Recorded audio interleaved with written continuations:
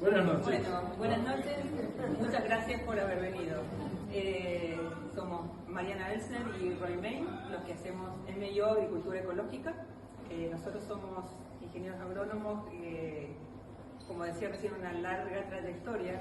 Nuestra historia siempre se basó en la vitivinicultura, pero un día en 2019 decidimos cambiar el rumbo de nuestra vida y de nuestro trabajo.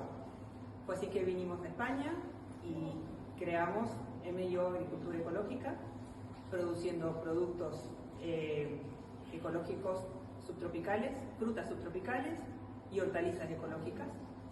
Una vez que vimos que la cosa iba más o menos bien, dijimos, ¿por qué no le damos una vuelta de tuerca a esto que estamos produciendo? Y nos sale bastante bien. Un producto innovador con estas frutas raras, y empezamos a hacer estas mermeladas que en un ratito van a probar todas.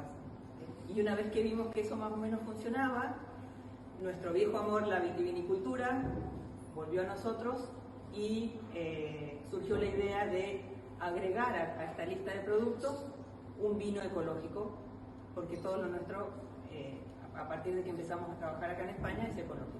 Nosotros definimos el más argentino de los vinos españoles.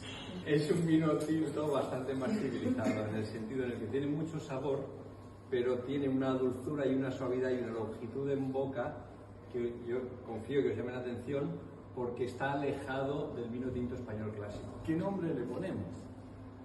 Ahí aparecieron fundamentalmente nuestros hijos. Como estamos un poco desparramados por el mundo, yo creo que fue rendir un homenaje al terroir familiar, que le llamo yo, ya que podemos usar algún término enológico.